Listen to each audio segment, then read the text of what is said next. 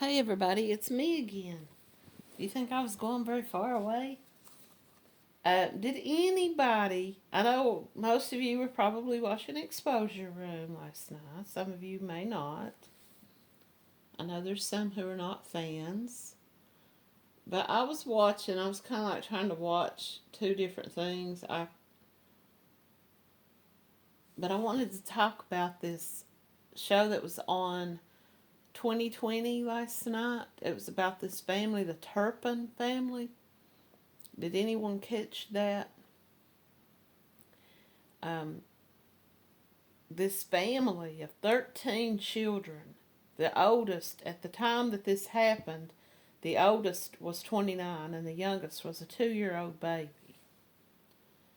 And they were all biological brothers and sisters. And the parents were, the mother was a hoarder. She was a tyrant. And the father was too, I guess. But I think that as I was watching it and what little bit I learned about the parents, because they didn't focus the story so much on the parents as they did on the children or the siblings. But the parents, the father, I think, was more or less just like, he just went along with the mother and pretty much just, I think they both had psychological problems, but this man graduated from Virginia Tech. He was an engineer and he worked for Lockheed Martin, and he was a high paid engineer. He had a good, successful career. His wife, that was the mother of these 13 children,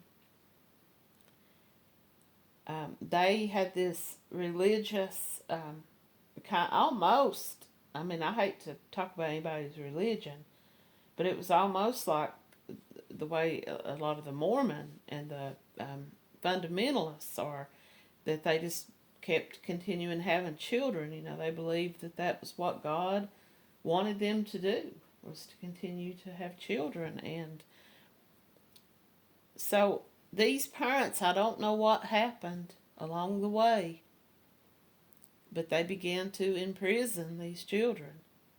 They kept them, they were like, to me, the mother was a hoarder and she was a compulsive shopper, probably an addict of some sort. Um, the home was like, it was like on the show Hoarders. It was just piled high with garbage and just junk. And they said that she had this compulsive shopping disorder where she would just buy children's toys and children's clothing, but she wouldn't give it to the children. She just bought it.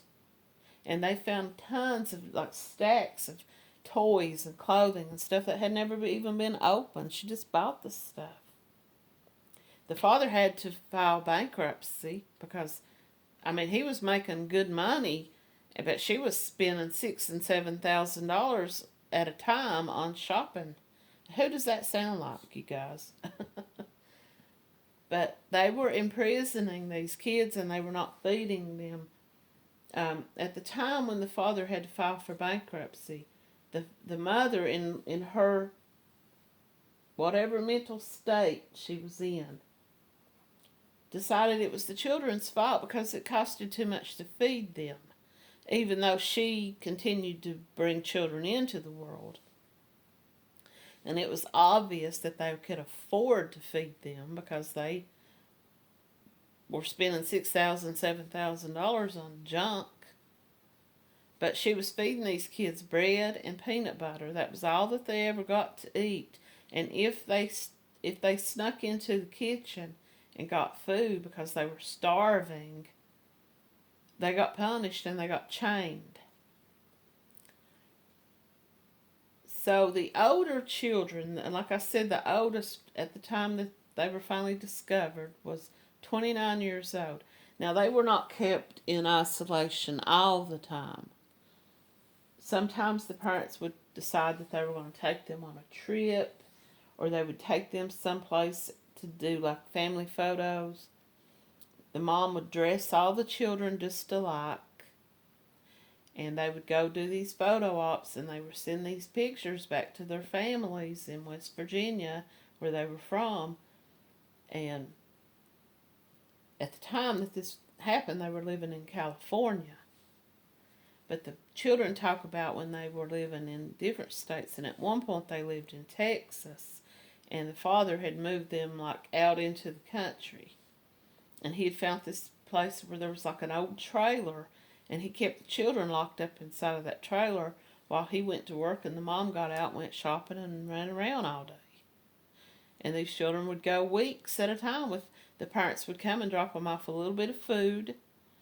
These 13 children would have to try to, or it was probably like 12, because I don't think the little baby at that time had been born. But they would have to try to divide this food up, and they were all starving to death. So it's more than likely that the older kids were not eating as much to make sure the little ones did. When they showed pictures of them, it was obvious their little bodies were so underdeveloped, because they just were not.